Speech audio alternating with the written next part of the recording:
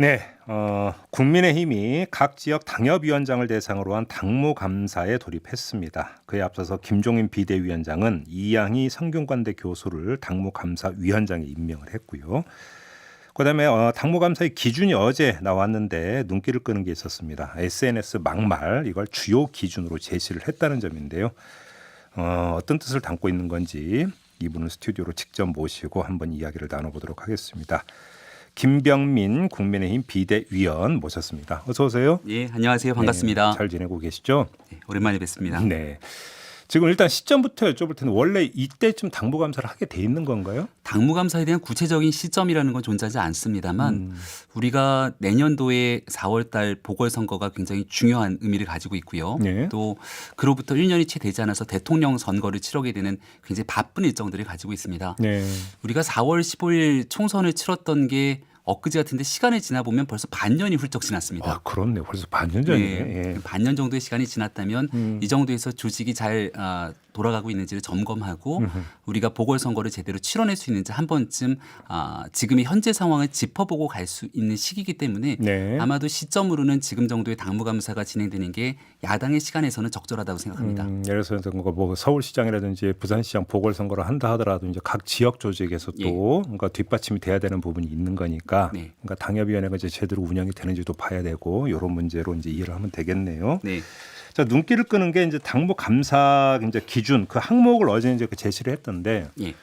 SNS 막말 이게 이제 전체에서 따지면 한 16%를 차지하는 상당한 비중으로 설정이 돼 있더라고요. 네. 이걸 어떻게 읽어야 되는 겁니까? 저는 당무감사에 관련된 이 당협평가 서류들을 쭉 작성하다 보니까 SNS에 관련된 여러 가지 견해를 묻거나 과거의 활동, 현재 활동, 또 여기에 대한 막말 등에 대한 얘기들을 쓰는 란들이 많았습니다. 네. 근데 우리가 한 10년 전의 SNS와 지금의 SNS를 비교해 보면 SNS의 기능과 활동, 목적에 많은 차이가 있다는 걸 알 수 있을 텐데요. 네. 대한민국의 언론에 계신 많은 분들도 과거 같은 경우는 정치인이나 여러 원외위원장 등에 대한 인터뷰를 따기 위해서 여러 가지 다른 방식의 활동을 접근했는가 하면 지금은 어렵지 않게 그 정치인의 SNS에 들어가게 되면 그 사람의 공식적 그 워딩들이 이 SNS 안에 다 녹아 있거든요. 요즘 SNS 시니까 과유불급인 수준이죠. 네, 사실. 그러다 보니까 너무 많은 메시지를 생산하기도 하는데 네. 공식적인 발언으로 그 소통의 창구로 활용될 수 있는 SNS에서 문제가 발생하게 된다면 그건 해당 정치인만의 문제가 아니라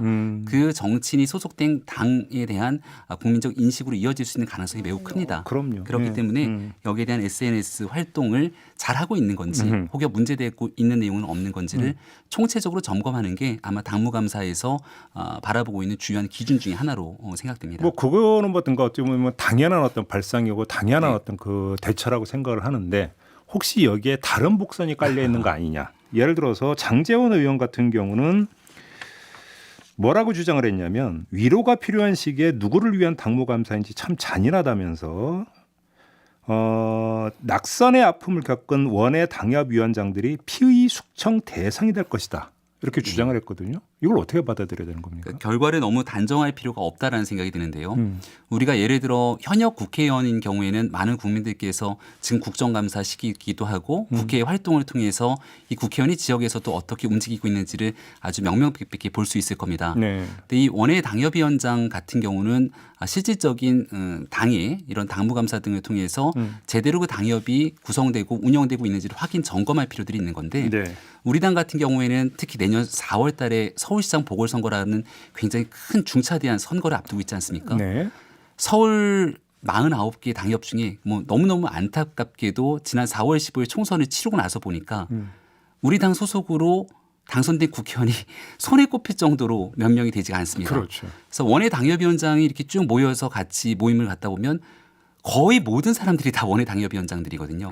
따라서 이 원외 당협위원장이 심기의 일전에서 내년도에 있는 4월 달 보궐선거를 치러내지 못하게 된다면 우리 당이 가지고 있는 앞으로의 미래 가능성들을 보이기 어려울 것이고 만약 4월 보궐선거에서 의미 있는 성과를 거두지 못하면 그것이 바로 내후년에 있게 되는 대통령 선거까지 지켜야 될 겁니다. 예. 그렇기 때문에 원외 당협위원장 누군가를 찍어내고 숙청하려고 하는 그러한 나쁜 의도가 있는 것이 아니라 제대로 선거를 치러내기 위해서 조직을 다시 한번 재정비하는 심기일전의 시간이 이번 당무감사의 목적이 아닌가 이렇게 생각됩니다. 조금만 한 번만 더 들어가 볼게요. 네. 물론 이제 김종인 비대위원장 같은 경우는 이제 그 뭐 적극적으로 부인을 하고 있지만 경우에 따라서는 김종인 비대위원장이 대권 후보가 될 가능성을 언론이 계속 언급을 하고 있지 않습니까? 네. 물론 현재로서는 소설 수준이긴 합니다만, 근데 계속 나오고 있으니까 저도 이제 거기에 기초해서 한번 질문을 드려보고 싶은데, 근데 김종인 비대위원장은 말 그대로 어떤 그 구원투수 비슷한 네. 분위기 때문에 당내 기반이 없고.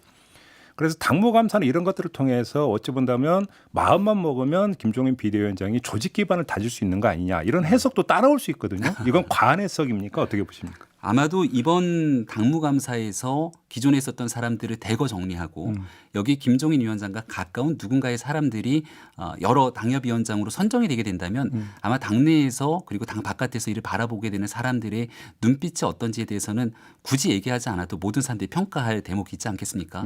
지금 현재로서는 내년 4월 달까지가 비상대책위원회가 활동하게 되는 임기로 볼 수 있고요. 그렇죠. 여기에 대한 평가는 내년 4월 보궐선거의 결과로서 아주 명명백백히 드러나게 될 겁니다.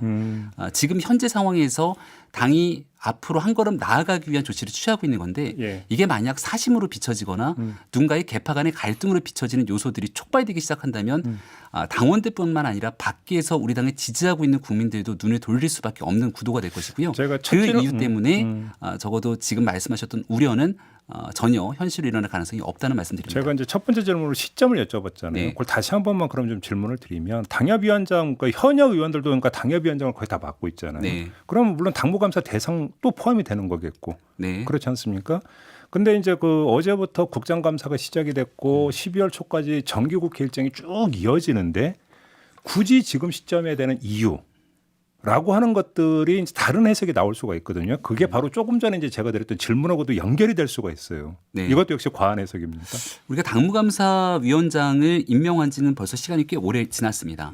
그러니까 앞서 장제원 의원이 얘기했던 내용들 중에 위로가 필요한 시점이다라는 얘기들이 있었는데요. 네. 선거가 끝나고 난 직후 속에서는 당연히 지역에 있는 조직들도 좀 수습하고 또 낙선에 있는 낙선자들 입장에서는 정신적으로 이 부분을 극복하기 위한 시간들이 분명히 필요했을 겁니다. 네. 이양희 당무감사위원장이 임명되고 난 지 꽤 오랜 시간이 지났는데 이거를 무한정 늦출 수는 없는 것이고 지금 정도 시점에서 당무감사가 진행되면 최종적인 결과물이 나오게 되는 시점들이 이제 가을이 끝날 무렵이 될지 모르겠는데 그렇게 되면 내년 4월달 보궐선거를 앞두고 있을 때 적어도 올해 내에는 조직 정비가 끝나야만 사실상 의미 있는 선거를 치를 수 있을 겁니다. 그래서 지금 이와 같은 시점에 관한 문제를 가지고 이 일을 제기하는 거는 저는 현실성이 좀 떨어지는 알겠습니다. 지적이 아닌가 싶습니다. 자, 그럼 SNS 이제 막말 부분과 관련해서 좀 몇 가지 질문을 좀 드릴게요. 예. 이거는 좀 일반적인 이야기는 너무나 당유론이기 때문에 더 네. 그러니까 드릴 필요가 없을 것 같고 몇 가지 사례만 뽑아서 한번 제가 그 질문을 네. 드려보고 싶은데요. 예를 들어서 한기호 의원이 강경화 장관의 남편을 빗대서 이일병 교수 이해가 된다. 강경화 장관과 지금까지 살았다는 그 자체만으로 훌륭하다.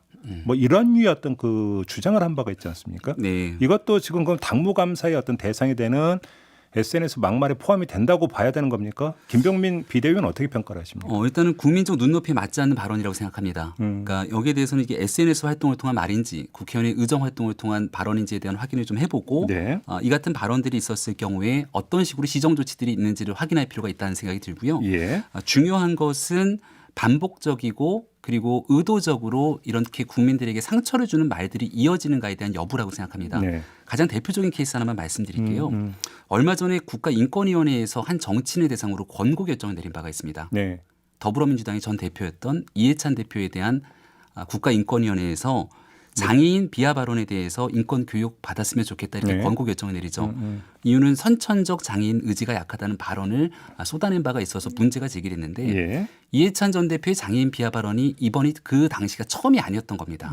과거에도 문제가 있었었고 또 그 당시에도 인권위원회 제소가 됐었고 네. 그러니까 이런 측면들을 우리가 미뤄보건대 국민들에게 특히 사회적 약자나 소수에게 상처가 될 수 있는 발언들이 한 번, 두 번 이어졌을 때 이걸 시정하지 않고 넘어가게 된다면 이런 일들이 계속 반복되지 않으려는 법이 없고 그게 그 정당에게 미치는 후과는 굉장히 클 수밖에 없습니다. 그러면, 따라서 한 번 정도의 발언에 문제가 있었을 경우에 그것을 바로 징계 조치하는 부분들이 아니라 분명하게 여기에 대해서 문제를 제기하고 스스로 고칠 수 있는 기회를 주어지지만 그게 끊임없이 이어지면서 당에 어려움을 갖게 될 경우에는 그 이후에 훨씬 더 강력한 조치들이 필요한 것 아닌가라고 하는 것이 알겠습니다. 이 막말에 대한 그러면 기준으로 볼 수 있습니다. 막말이라고 하는 단어를 좀 부적절한 발언으로 좀 범위를 넓혀서 그럼 질문을 드릴게요. 네. 거기서 지속성을 지금 그 강조를 하셨는데 그러면 민경욱 전 의원도 지금 당협위원장은 맡고 있죠. 네. 지속적으로 어떤 그 사유로 부정선거를 계속 주장을 하고 있습니다. 그럼 이것도 감사의 대상이 될 수 있습니까 없습니까? 이번 당무감사에서 아마 민경호 의원의 활동 같은 경우들도 면밀히 지켜보지 않을까 생각됩니다. 그래요? 일단 저는 제가 당무감사위원이 아니라 저도 당무감사의 대상이기 때문에 당협위원이시죠. 네. 제가 명확하게 말씀드리는 게 좀 적절치 않을지 모르겠습니다만은 부정선거에 관련된 내용도 마찬가지고 또 얼마 전에는 미국에 가서 여러 가지 메시지를 발신했는데 네. 그중에는 중국에 관련된 내용들도 있는 거로 알고 있습니다. 네. 근데 이게 이제 외교적인 문제로까지 비화될 수 있는 범위 등을 고려하게 된다면 과연 우리 당의 입장에서 어떤 식의 판단이 필요한 것인지 등에 대해서는 당무감사위원회에서 앞서 말씀드렸던 지속성 그리고 이러한 발언의 여파가 사회에 미치게 되는 영향력의 척도 그리고 이를 통해서 받아들이게 되는 국민에게 상처가 될 수 있는 범위 이런 내용들을 포괄적으로 점검해서 이번 당무감사에 돌입할 거라고 생각합니다. 다시 막말로 돌아가서 추석 때 아이들 자장가 이야기하면서 달림은 영창으로 네. 뭐 이런 발언도 했거든요. 이건 막말입니까 아닙니까? 뭐 본인은 중의적인 표현이라고 얘기를 합니다마는 명확하게 제가 설명드릴 수 있는 건 우리가 추석 명절을 앞두고 현수막에 대한 공통된 문구가 내려왔습니다. 네. 저도 우리 지역 주민들한테 쓰고 싶은 멘트들이 굉장히 많았는데요. 가족의 힘, 국민의 힘이라고 하는 이 추석 명절에 당에서 함께 나눴으면 하는 멘트를 가지고 현수막을 걸었습니다. 네. 근데 그 내용의 현수막은 온데간데 없이 사라지고 다른 의미의 현수막의 문구들이 들어갔다면 거기에 대해서 어떤 의도와 의미들이 있었는지를 좀 명확하게 파악할 필요가 있고 마찬가지로 이런 내용들이 이번 한 번에 나온 것인지 아니면 과거에 있었던 활동 내용 속에서도 이런 내용들로 국민에게 혹시나 오해를 살 수 있는 내용들이 있었는지를 당무감사위원회에서 파악할 거라고 봅니다. 알겠습니다. 마지막으로 좀 다른 질문 하나만 드리고 마무리할게요. 지금 이제 정강정책 특위위원장도 맡으셨었잖아요. 네. 그리고 지금 국민의힘 정강정책에 경제민주화가 들어가 있죠. 네. 지금 이제 현안으로 떠오른 게 이른바 공정경제 3법 처리 문제 아닙니까? 맞습니다. 자, 그러면 공정경제 3법은 정강정책에 들어가 있는 경제민주화의 정신에 부합되는 거라고 평가를 하십니까? 어떻게 평가하십니까? 총론적으로 부합된다고 생각합니다. 그러면 그러니까 그 처리 여당은 지금 처리하자고 하는데 거기에 응해야 된다고 생각하십니까? 총론적으로 여기에 대해서 함께 나아가겠다고 하는 긍정적인 방향의 김종인 위원장이 필요했고요. 네. 우리 당에 있는 많은 국회의원들께서도 이 경제 3법에 관련된 내용들을 소규모 그룹별 스터디를 하면서 네. 어떤 방식으로 이끌어 가야 되는지에 대한 논의를 시작했습니다. 아마도 지금 있는 구체적인 사안 중에 여러 가지 개별 법안들이 많이 내용들이 있기 때문에 더불어민주당 내에서도 일부 내용들에 대한 독소조항 조정하자는 얘기가 나오는 것처럼 예. 일부 항목에 대한 조정들은 있을 수 있겠습니다만은 전체적인 총론적 범위 내에서 경제 3법에 대한 긍정적인 의미는 김종인 위원장뿐 아니라 당에 있는 다수 인사들도 함께 동의하고 있는 측면이 있다는 말씀드립니다. 알겠습니다. 자, 이렇게 마무리하죠. 고맙습니다, 예, 위원님. 고맙습니다. 지금까지 김병민 국민의힘 비대위원이었습니다.